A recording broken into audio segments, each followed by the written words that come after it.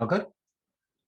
Hi, and welcome everybody to our 37th How to Repair Pendulum Clocks Open Clock Club. And brilliant to see you all.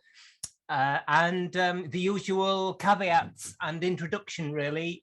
This began as a kind of lockdown exercise to welcome beginners to the world of horology and clock making and clock repair. And it's kind of grown from there. And we run a Facebook group, and for those of you that are part of that Facebook group, a very, very special thank you to your contributions. We're really getting into our stride with that, I think. It's great how people show work in progress, as much as we all love to see a kind of thing done. Many of us, well, me, I've got millions of projects that are never going to be done. It's really the work in progress that we learn from and question. So thank you for sharing that. We're having a little August holiday from our live stream, but we'll be back on the 2nd of September, I think, with more live stream fun and American clock. And oh, maybe that's it now. Oh, the usual thing is that these sessions are recorded and they go on our, just check it's actually recording. Can't see that. Oh, it's there. Yeah. And so they go on our YouTube archive. And so if you want to remain anonymous, please keep your camera turned off. Otherwise, we love to see you. And really importantly, please say hello in the chat and ask any questions, because we've got Team Open Clock Club who's already busy beavering away at keeping everybody entertained and exchanging ideas. So the live chat is really important to us. So anyway, part of the deal with these events is that where we can, we try and accommodate people's questions. And one of those questions was, what about the spring for a Fuse clock? So we've been dealing with that.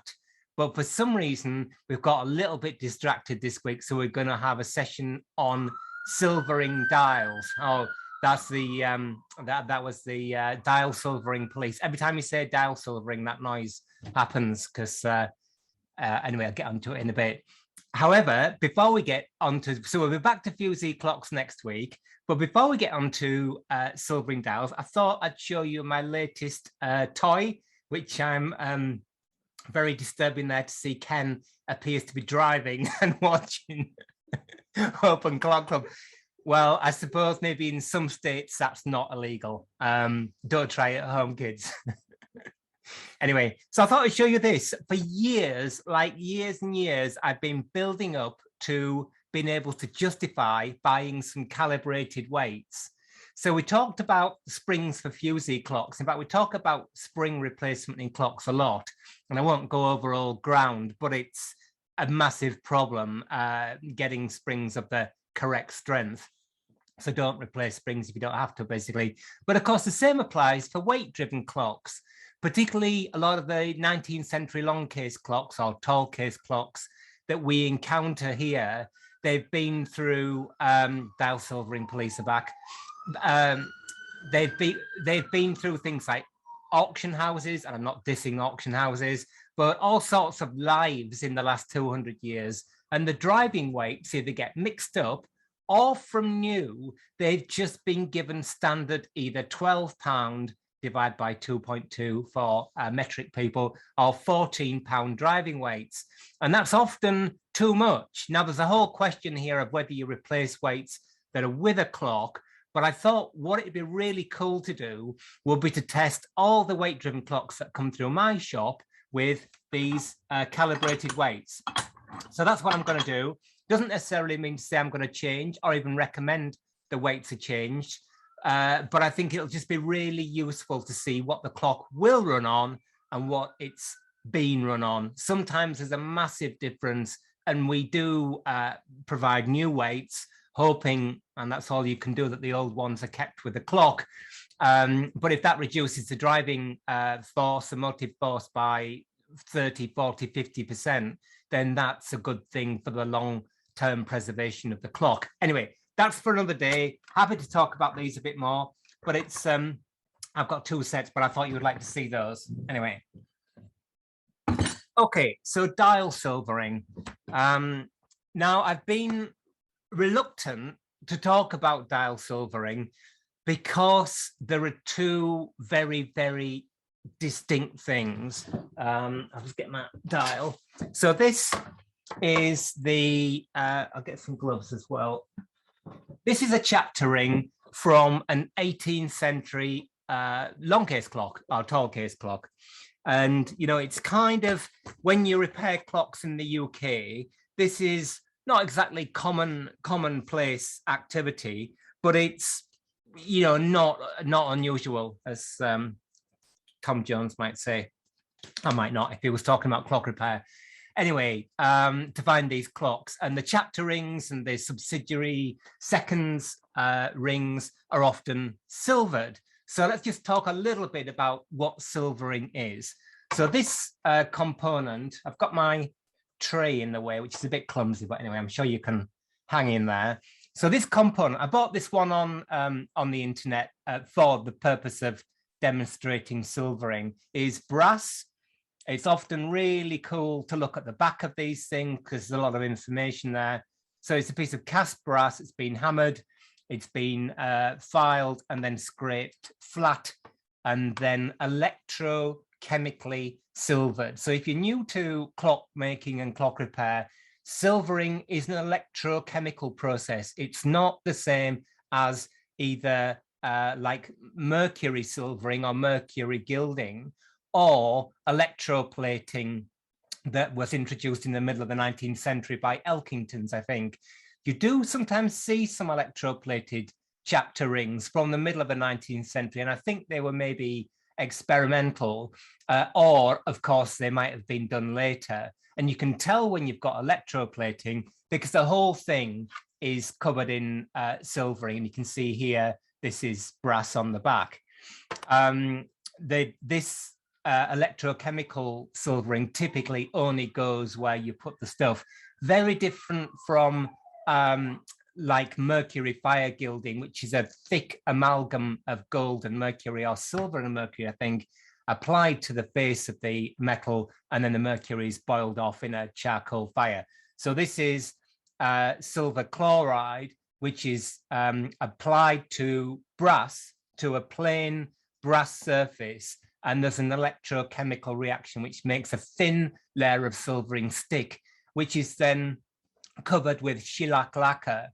Now, of course, silver, not so much nowadays with the Clean Air Act and catalytic converters on people's cars and all that kind of stuff, but silver in contact with sulfur forms silver sulfides, which forms a black tarnish, which can happen quite rapidly in urban areas, which is why you never ever use elastic bands, for instance, with jewelry or silverwares or flatware or things, because they contain sulfur. Anyhow, eventually that shellac lacquer layer degrades. It's porous anyway in the first place, and the silvering slowly tarnishes underneath. As you can see, this is done here. It's kind of about, I don't know, halfway to going black, I suppose. You can see here, something's gotten spilled on this dial. I don't know what it is. Maybe something like acetone or paint stripper or something, which has actually really neatly taken the silvering off. But before we move on to new work, which is what I'm interested in here, not restorations, there's also this chapter ring is engraved. So again, we see 2 or 3 very different processes in historic dials. Well, you could maybe say 4 or 5 actually, if you counted enameling. But this isn't a transfer, and this isn't wax that's printed on the surface like some French clocks. This is actually hand engraved, quite deep, probably about 0.5 millimeter, then filled with hard black shellac wax, which is melted with a spirit lamp. The top of it is scraped or ground away, and then the silvering is put on top and it sticks to the metal bit. So that's another part of the process that I might cover in future. There's a kind of a problem in finding wax, like sealing wax, that's hard enough and black enough. I presume it's lamp black and shellac and maybe other things. A lot of the stuff that you buy nowadays is kind of greasy, soft, and actually quite green. It's very dark green when you sort of spread it out. So another research project, maybe somebody's got some experience of that.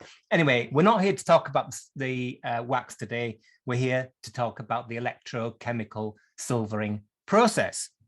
So as I said, there are two incredibly, in my mind at least, distinct things. Is that a question? No. Oh, two distinct things. One is new making, and I would strongly recommend everybody, silvering is a bit like bushing. It's kind of, I think, seen as a rite of passage, which I totally get. It's a nice process to do. It's sort of get a very quick reaction from it, which looks impressive.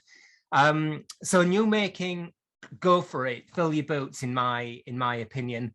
I'd love to do a new making program one day. It's not on the near horizon at the moment, but who knows in future. So what we're going to be concentrating on here is new making.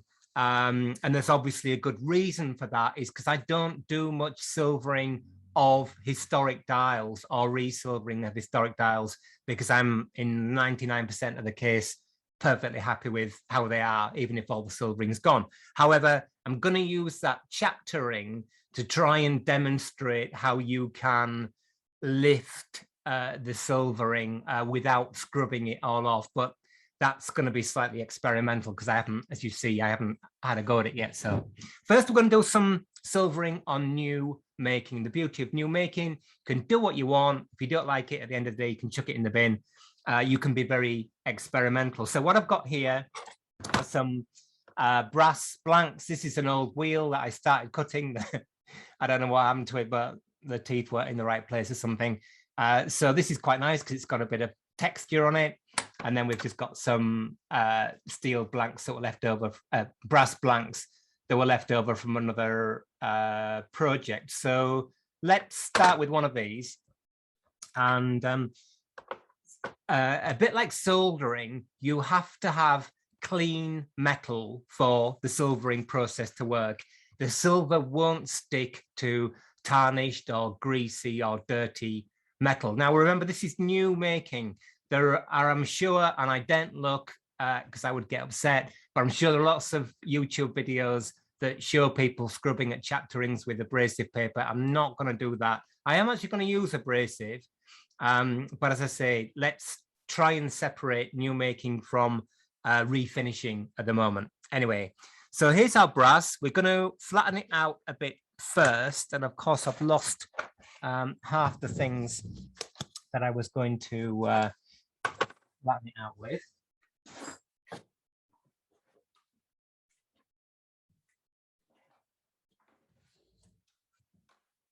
So it's got a burr on it here. So what I'm going to do is I'm just going to smooth that out. So I've got some deionized water with a little bit of detergent in it to act as a wetting agent to break the surface tension down.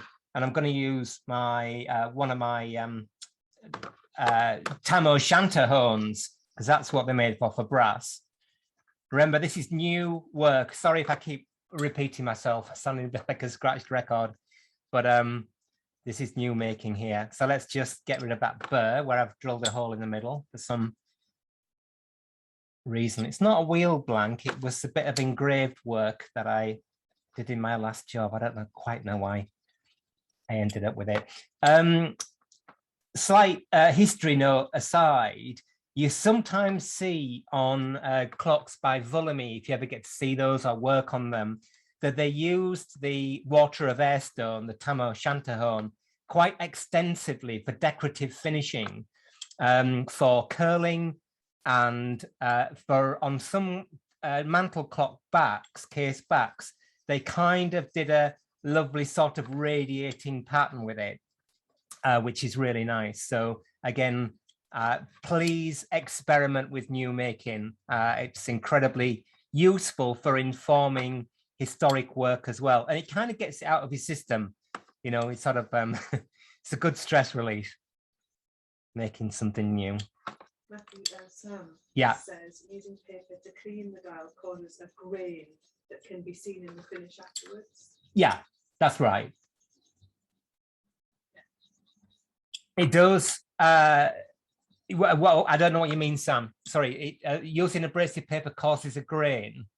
Do you mean that's an observation, a good thing, a bad thing, or what? It does. I think you see a lot of 18th century chapter rings that have been done. I once saw, you know, it was cost me a lot in therapy, but I once saw like a bit of wood that somebody was pushing around with a spongy pad with abrasive paper on the end. And if you just look at 18th century chapter rings, they're not like that. And they may have circular graining, but once you've given it that kind of, I guess most people here are pretty old, so they'll remember records made out of vinyl or even made out of shellac.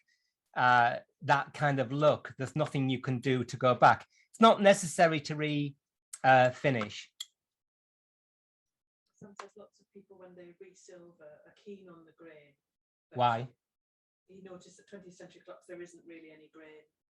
No, I mean, you've got to be, we will get onto it, even though I'm trying to avoid it. I'm just going to use some, so I've gotten off the burrs from the edge and most of the stuff here. I'm just going to clean it a bit more, and this is finishing, but it's new work, remember, with a bit of pumice powder. Like using pumice powder, if I hadn't, I did actually get super organized today, but I've now lost half the parts. You see the pumice powder with a flat cork block, which again is useful for keeping the work flat, like this. In fact, that's what I might do. I get the pumice powder from Cornelisson's, and Open Clock Club here. I've got a lot of links for you. If you're ever in London or lucky enough to live in London or visit Cornelisson's, the artist color suppliers. Absolutely brilliant, brilliant shop. So I'm using a bit of pumice powder, which of course is an abrasive, to refinish, which will reveal our bare metal or chemically scrubbed metal surface that we want in order for the silver to stick. Yeah, what I would say for those people that refinish dials, nothing wrong with resilvering, because silvering per se, I mean, you do have to get back to bare metal, but it's an additive process. You're adding a layer. So I don't have a major problem with that. What I have a problem with, as you probably gathered, is with the process of using abrasive paper on an old dial. I just don't think it's necessary. And it's used, unfortunately, alongside the word restoration. I think if people were said, I'm refinishing this, I'm doing it my way, that's absolutely fine. If that's what the kind of justification is, I'm happy with that. But unfortunately, it's sold as restoration, whatever that means. I'm just going to move the light a bit, make the light a bit brighter, because it's a little bit on the gloomy side for me.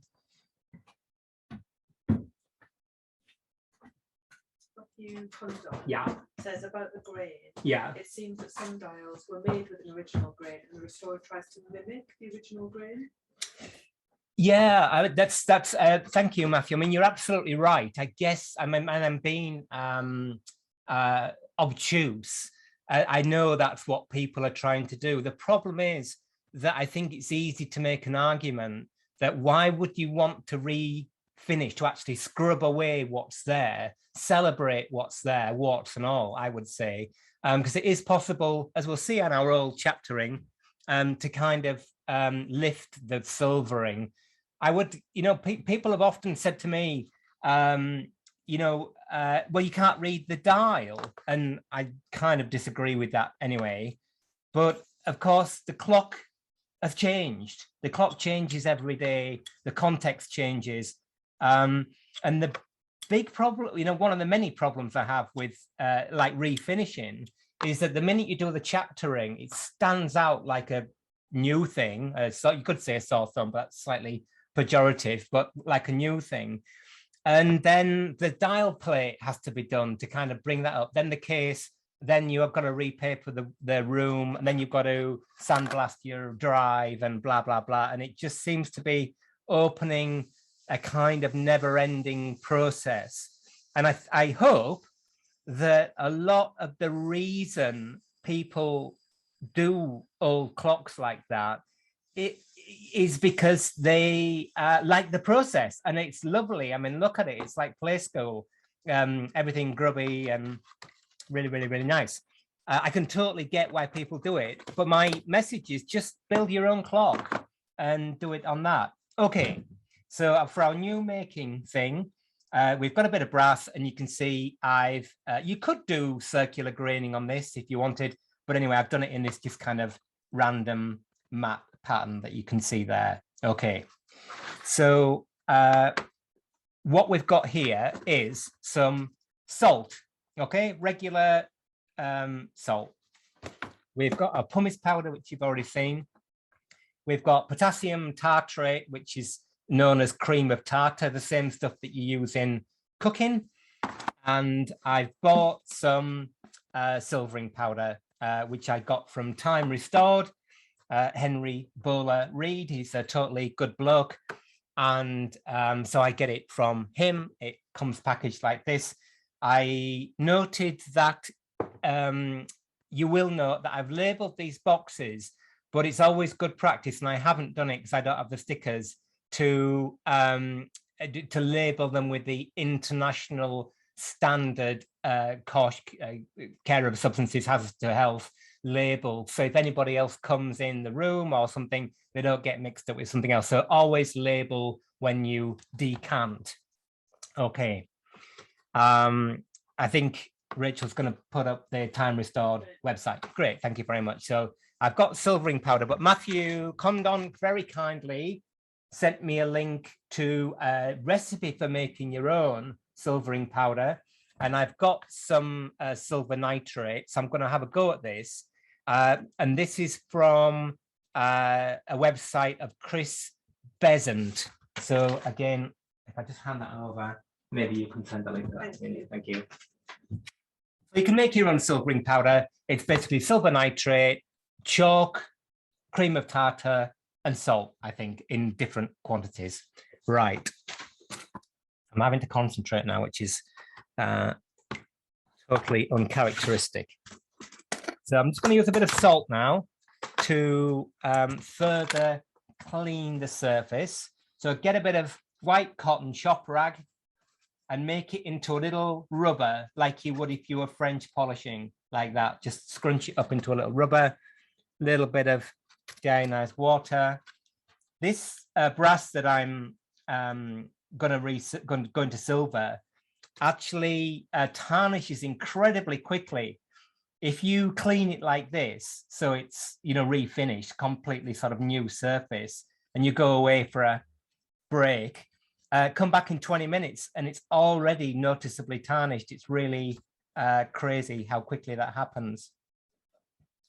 Right, okay, so I just used a bit of salt there, and now I'm going to whack on my silvering powder. So again, I've decanted a little bit because I don't want the jar of silvering powder to get contaminated with water and other things. And also it's light sensitive.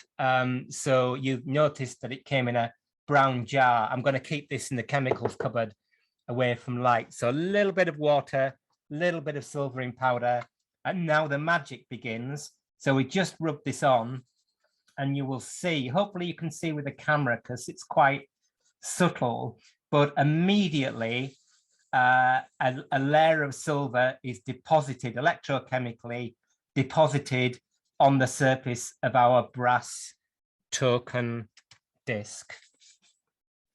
Try not to use too much, it's quite pricey, and you know how we Yorkshire men are thrifty.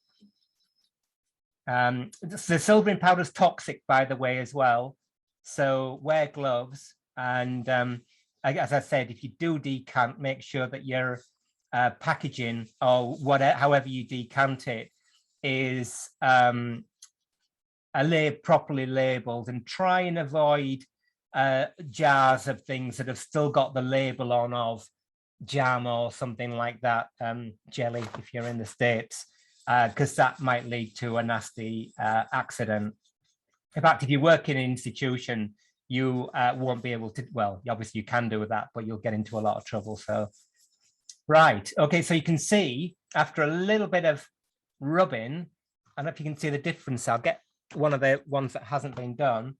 What a difference we've got. So that's it, folks. It is no more complicated than that. So when you see somebody showing off about silvering, you now know that it's dead easy. Just going to keep going for a minute. And now it's once the disc is silvered, I don't think the layer continues to build. It needs that chemical bonding between the brass and the silver. So I don't think you just continue to get a thicker and thicker and thicker layer. This, incidentally, is different from like French silvering, where you use milled silver powder and you get a much thicker layer that you can actually sort of peel off later. A very, well, not a very different, but a different process. Yeah. When you say grain, do you mean the marks made by rubbing with an abrasive? Yes. Right. Exactly that. Okay. And does 0000 steel wool leave a micro grain? Yes. Yeah. Everything changes everything. So the argument that it was you, well, I'm not a restorer, so I shouldn't really argue, but the argument that you're kind of putting it back, if you you buy a car, I don't know, you buy a car and it's an old car and you know that it was once painted British Racing Green or whatever color you want, blue or something.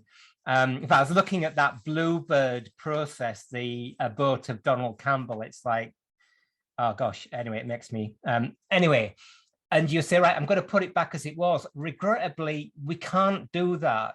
And there's a good argument, I think, for saying that if you were to paint that thing blue or green or whatever, even if you match the color, it's actually as different when you've done it. And I don't think there's anything wrong in it. It's just how you describe it. So if you were to regrain something, your graining has got nothing to do with the graining that was there before. It's new. It's totally different. You've refinished the object. And I don't have a problem with that. What I do have a problem with is people alluding to the fact that that's somehow putting it back or it's a restoration, because it isn't putting it back, I'm afraid.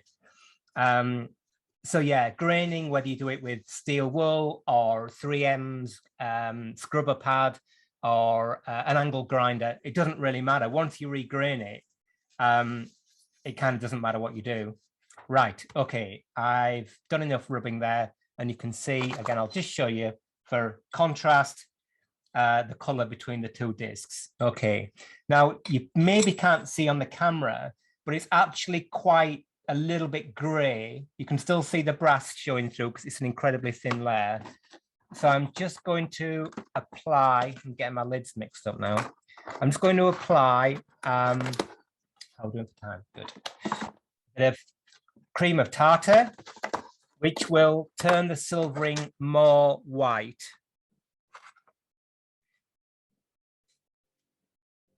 So just some cream of tartar on there. And again, the color change is probably too subtle for the camera, I'm sorry. But what we see now is what you might call nice white silvering there. Okay.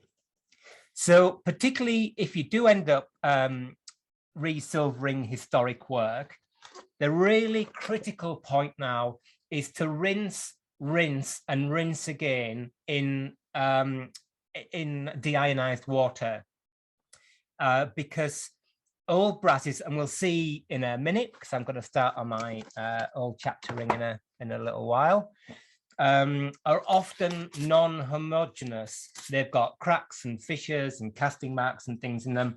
And if there's any of that chemical, particularly with water forming a corrosion cell trapped under the lacquer, you will get this kind of green explosion of corrosion under the lacquer. So I've got one, I hope I can find it, here it is. It's gotten a little bit wet.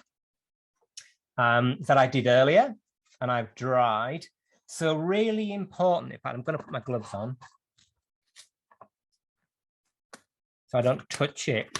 Not to touch the resilvered work, or the silvered work in this case, with your fingers, because that will show after a few months or something. That little mark is just a mark on the brass. It's not a water droplet. So I'll just move that out of the way for a second.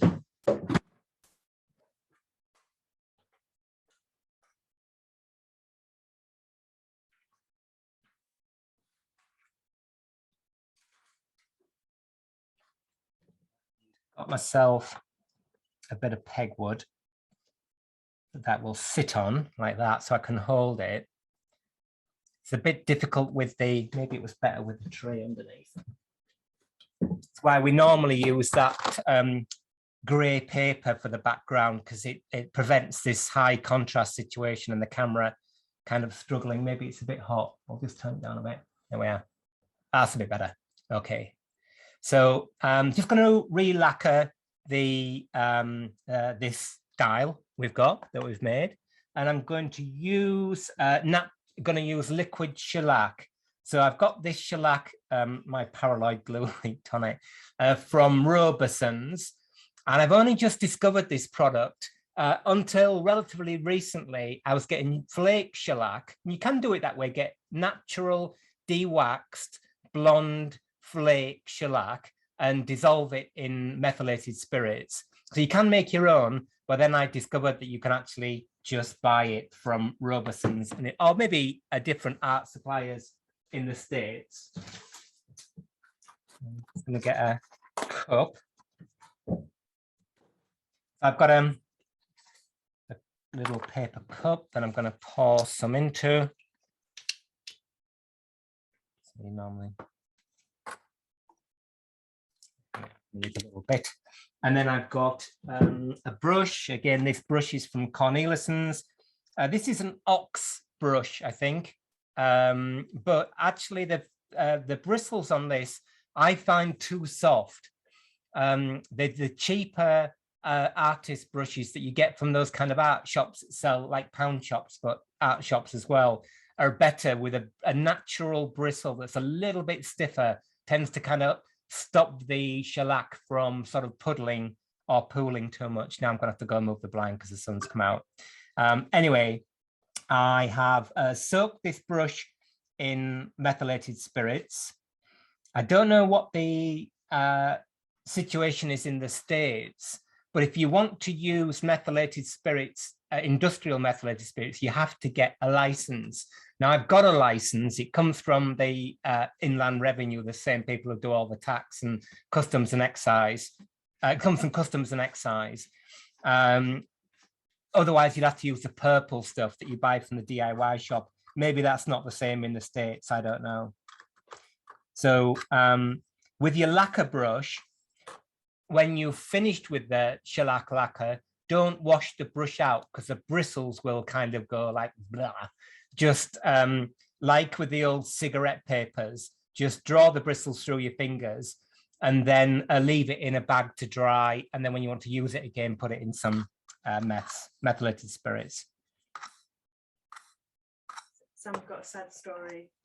He touched up the silvering on his J.W. Benson clock. Yeah. And the name was a transfer, didn't realise. So when it got wet, it dissolved away forever. Oh dear, oh well. Check that all parts of the dial are engraved. Yeah, that's a really good point, because on a lot of French clocks, the name is transferred after the dial's engraved. So you're right, Sam, that's a really good point. So I'm just going to re-lacquer this. It's a bit of a black art. Got to keep a wet edge. So there you go. I've lacquered that. The beauty of using shellac, again, when I was, well, trained, using the term a little bit loosely, we used all sorts of different plastic, synthetic lacquers and things. And it wasn't, again, until quite a lot later that I rediscovered shellac. And I just thought, why doesn't everybody use shellac? It's got a beautiful kind of soft tone. It's nice to work with. Yeah, it's a bit of a pain to get used to, but it's really a really beautiful finish there. So that is new making and silvering. And yeah, whatever graining you put underneath, we're not going to have time today to do another one, but you can put circular graining on, you can put milling marks on, like spotting, you can do it with an angle grinder. Who cares? That's the beauty of the creativity of new making. So really important top tip here, that once you've done the silvering, as I said, rinse, rinse, and rinse again, and then make sure before you put the shellac on that the thing is completely dry. So wrap it in acid-free paper and put it kind of in the airing cupboard or on top of a radiator for 2 or 3 days to make sure that the thing is really dry before you apply your lacquer. Okay. Matthew, Simon says that sometimes silvering powder is sold with something called finishing powder. What's that? It's just cream of tartar, and I think that's all it is, Simon.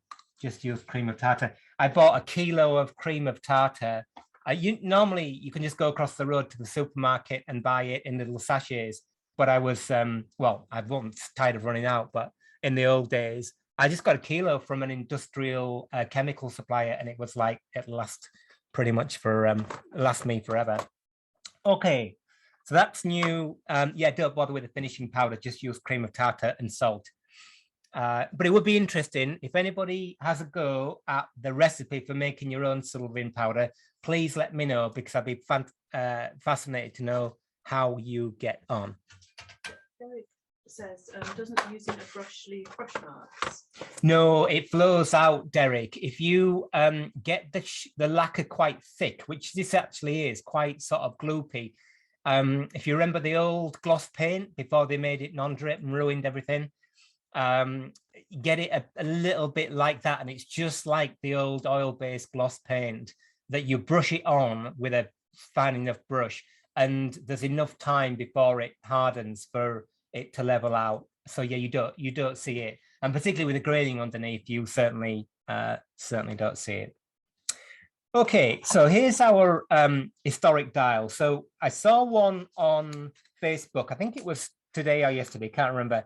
Somebody posted a picture of a 3-train 19th century clock, one of those really high quality clocks with heavy duty, not fusee, going barrel clock.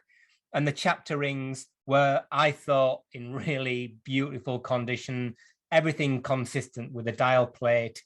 And by the way, the lacquer that you see on 19th century clock dial plates looks like gold, that some people tint gold to try and match it. Don't get me started on that. Is what happens to shellac when it ages. It naturally goes a kind of darker golder color, a yellowy color, if you like. And that's not to be confused with the stuff that you see on things like synchronome clocks. I think we saw Wolfie there. Hi, Wolfie, who's our in-house synchronome expert. And you often get those tinted, sometimes red, sometimes green, sometimes yellow, instrument lacquers. They're really beautiful. There's a guy who works at the Science Museum, sort of London-based horologist, who called Francis Brodie, who did a really good bit of training on and research on tinted horological lacquers. I don't know whether Francis ever published that. Okay, so here's where it gets difficult, because we've got our chapter ring. This is let's say it's 1760 for sake of arguments. That's 1860, 1960, 200, and my maths is terrible. 70 years old, is it? 60 years old? Anyway, 270 years old. First thing I notice is that here, look, like the camera will, how closely focused. Come on. Wolfie says the shellac might have a high surface tension, which means you can get a nice flat finish. Yeah, I think that's right. You need to practice with it, which is why the new making kind of our practicing is really good. So look here, there's a crack in this dial, a fault. I don't know if you can see on the camera when the dial was when it was cast.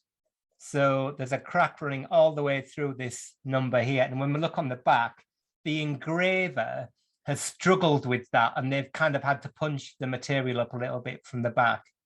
So super caution. And this is why, from my perspective, never ever put any old clock parts in ammonia, because we know that ammonia causes or can cause stress corrosion cracking. And that's going to be a real problem here with this dial that's already cracked and is hardened by hammering. Okay, so obviously what we could do is we could get a bit of abrasive paper and our cork block here, and we could go round and round and round and refinish it. And I don't have a problem with that, as long as you say I refinished it and it's not putting it back, in my view anyway. But that argument, no doubt, will, the Greeks were having that argument and we'll be having it in 4,000 years time still. But anyway, so let's say there's a negotiation with interested parties in this object, and obviously as your practice develops, when you're a beginner, doing silvering is great, it's good fun, it's a good process to learn,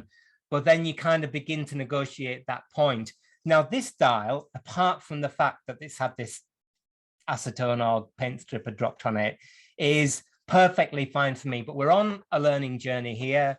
And so let's see how it goes when so we've got some lacquer remaining. I'm going to try a bit with cream of tartar, which is mildly abrasive, I totally agree, and just to see if we can get down to some silvering that's underneath.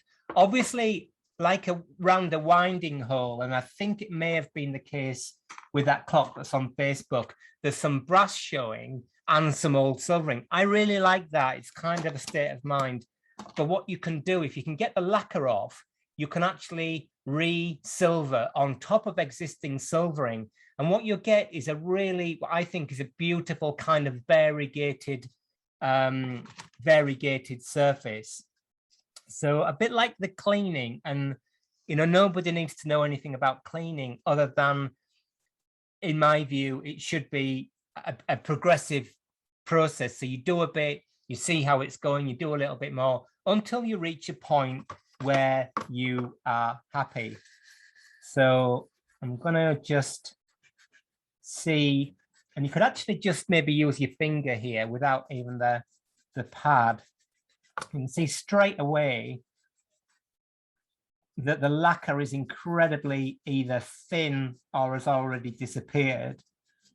And we can work at this tarnished surface with a bit of cream of tartar, which might actually be polishing a little bit.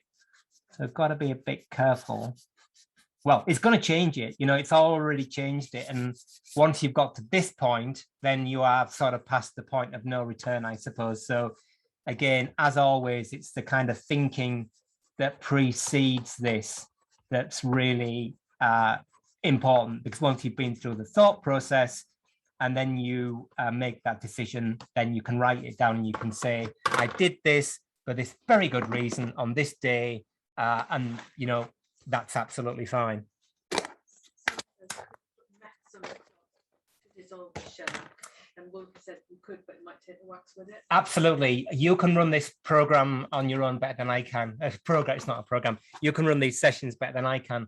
Absolutely right. The problem with using meth to get the lacquer off is it'll also melt the wax, because they're both shellac based. So that is problematic. Now, obviously, if you do it quickly, the wax is thicker, much thicker than the lacquer. So yeah, you maybe can do it chemically, but you've just got to be really careful. And then what you have to do is to let the meth dry off or evaporate from the wax before you lacquer it again. Otherwise, when you put your brush on, and you'll see this on a lot of dials that have been resilvered, when you put your brush on, you get the wax dragging across the surface.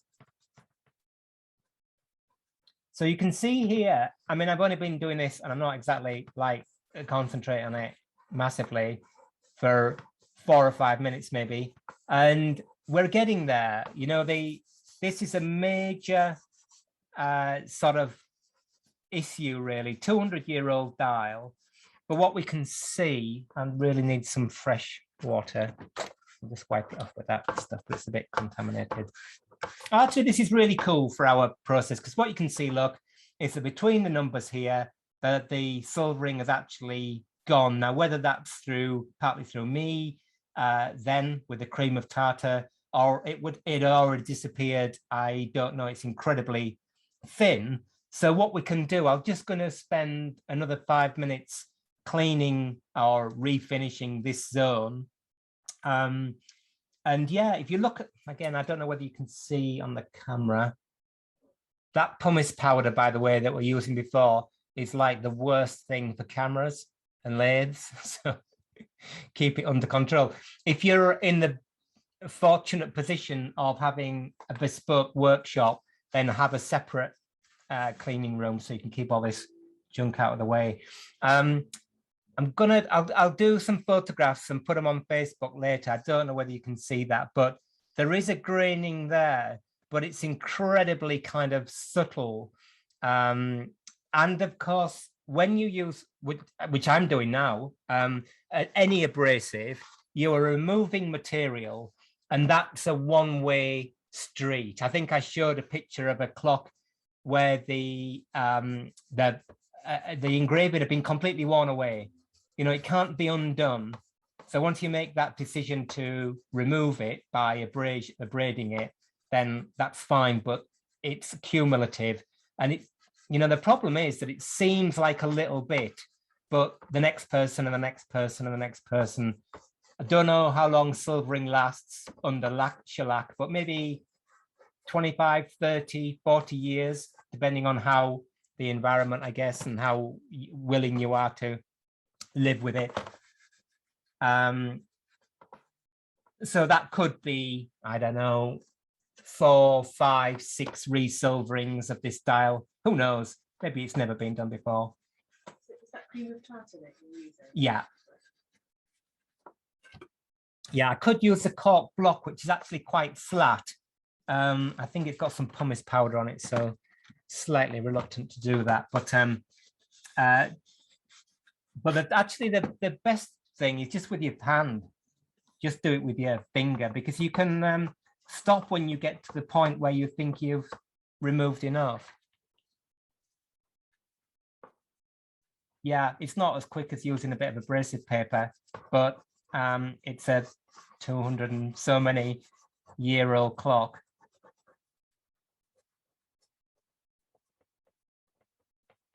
So let's just have a little experiment and see what this looks like when we re-silver with some existing silvering. Now, obviously, if you were doing this in your shop, you'd take more time over it, but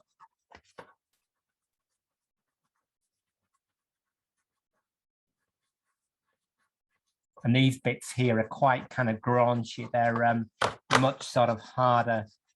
And this is the thing about cleaning as well. I mean, these you can see the kind of relationship between this and cleaning, and the thinking is that old clocks or anything don't get dirty or tarnished or degraded or broken.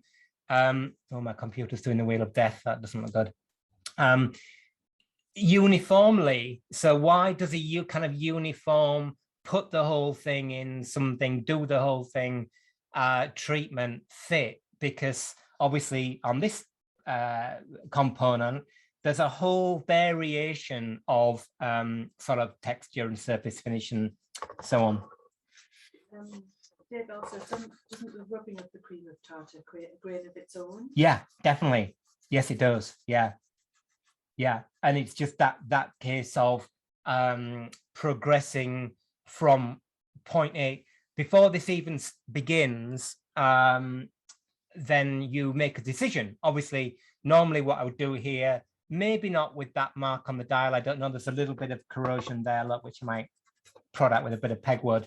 But you make a decision where you say, I'm going to be able to, well, this is what I would do anyway, justify my action on that day. And if somebody says, why do you do that, Michael? I did it for this reason, this reason, this reason. The next day, there's a whole new set of circumstances. So things change and move on.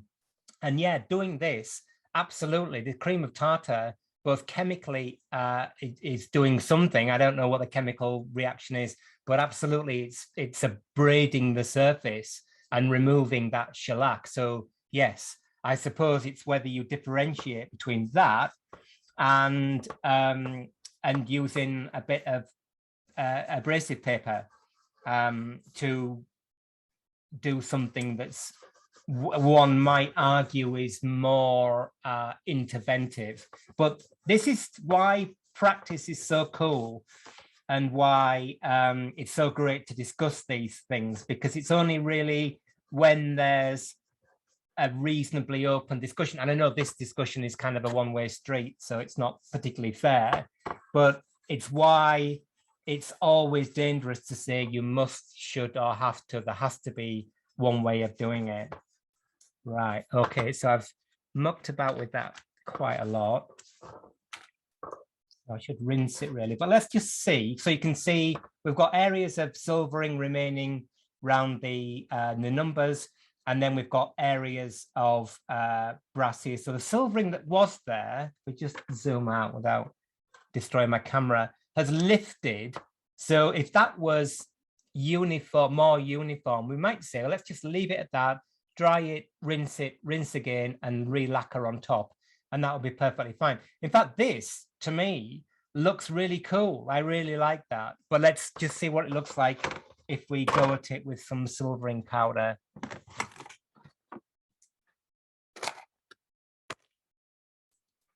let's just get some salt. You can see as well why it's useful to decant into small amounts, because everything is going to get mixed up.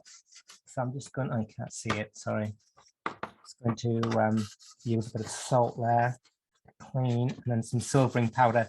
And let's just see if we can get some to stick to that brass. I mean, that brass isn't massively shiny. Quite a textured surface. Can you show them what happens when you work on a section with the acetone stain? Yeah. Oh, yes. It's not going to be this week though. But yeah. Ian says, do you ever use microcrystalline wax to protect the silvering instead of lacquer? Yes, I do, Ian. That's a really great question. Sorry, I keep forgetting about where you are on the camera. Yeah, that's a really top question. I do. It tarnishes quite a lot more rapidly than the shellac, but of course it's a heck of a lot easier.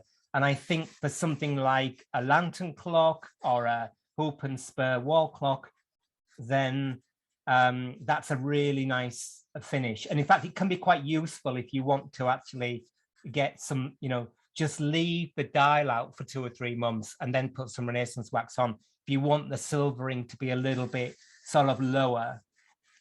Right, okay. So I think this is kind of looking broadly successful.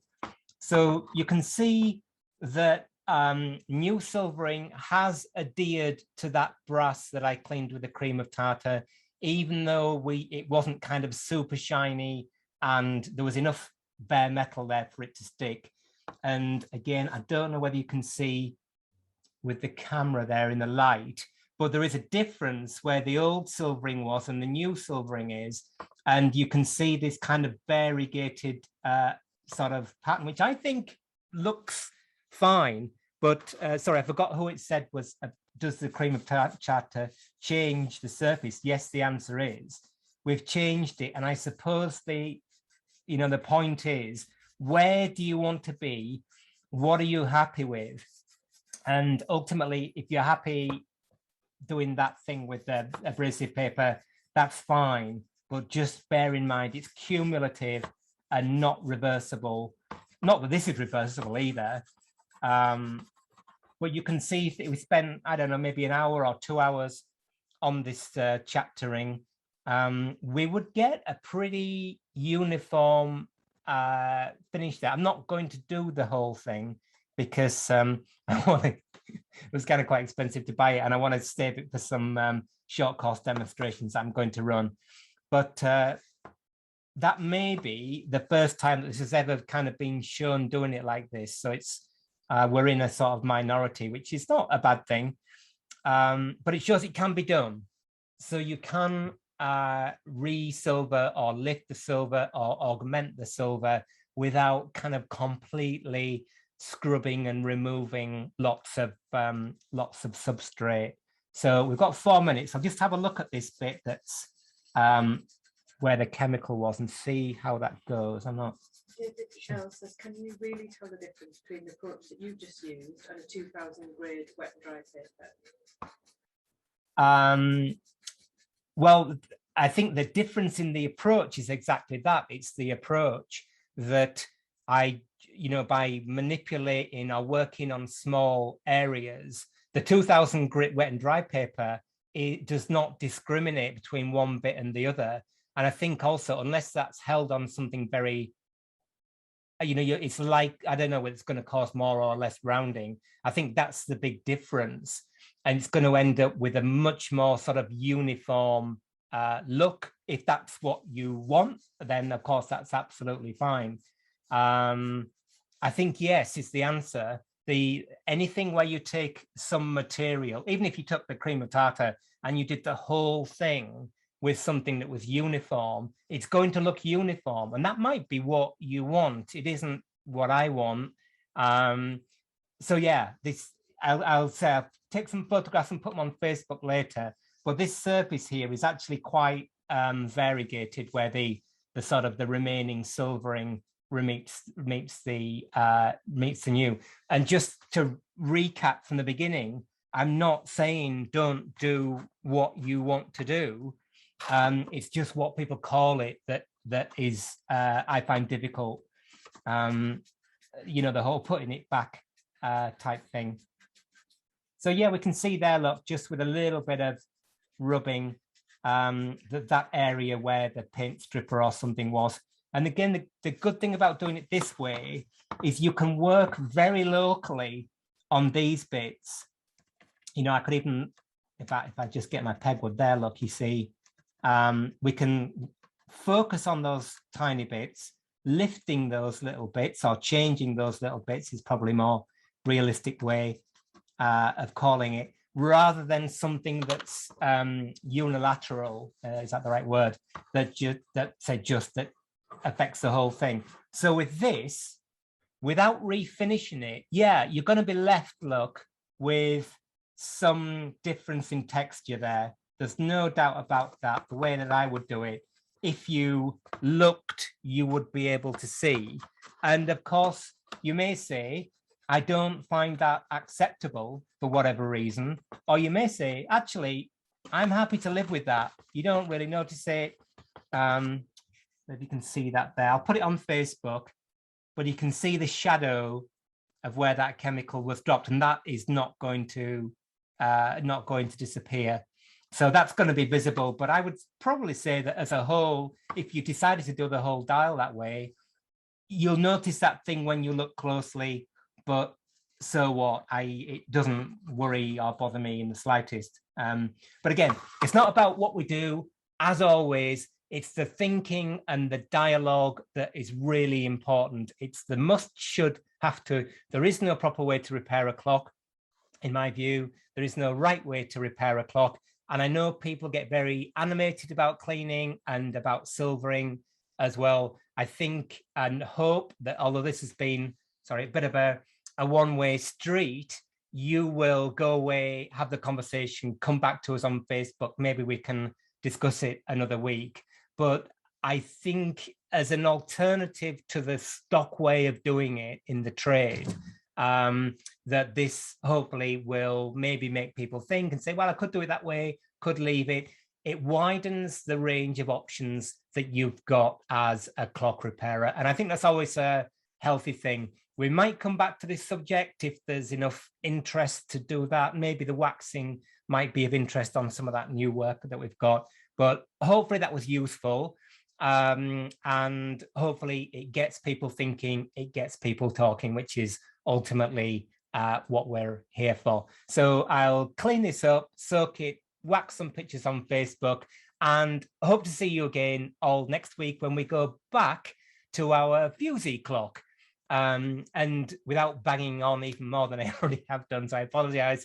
Of course, the way that was cleaned or washed, I kind of like to think, and maybe I'm being too fanciful and romantic, that those things are broadly part of a wider sort of picture. But anyway, this conversation, as I said, it's been going for thousands of years and it will continue for thousands of years.